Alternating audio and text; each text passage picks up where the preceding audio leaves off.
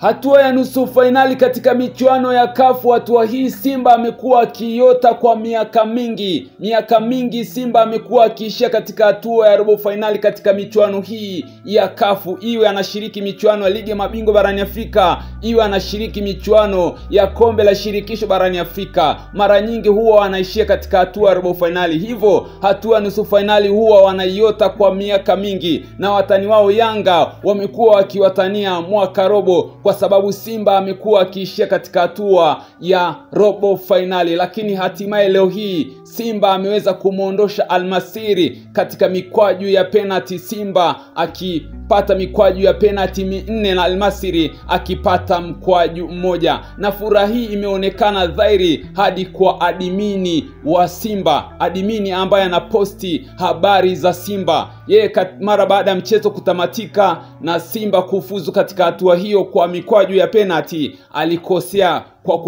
posti ikionyesha kwamba Simba amepata mikwaju ya penalty 4 na Al-Masry akiwa amepata mikwaju 2 kama unavyoona hapo. Hii alikuwa amekosea. Al-Masry alipata mkwaju mmoja wa penalty, na baadaye Simba waliweza kufuta posti hii na kuandika matokeo kwa usahihi, ambapo Simba amepata penalty 4 na Al-Masry ameweza kupata mkwaju wa penalty 1. Mchezo ambao umemalizika kwa aggregate 2-2. Simba katika uwanja wa Al-Masry alifungwa magoli 2, na leo hii amemfunga Al-Masry magoli 2 katika uwanja wa Benjamin Mkapa. Admini wa Simba ameweza kukosea katika posti yake ya kwanza na kuweza kufuta posti hiyo na kuandika matokeo kwa usahihi. Je, una mtazamo gani katika hili? Furaha imeonekana hadi kwa admini ambaye anaendesha ukurasa huu wa Simba, ukurasa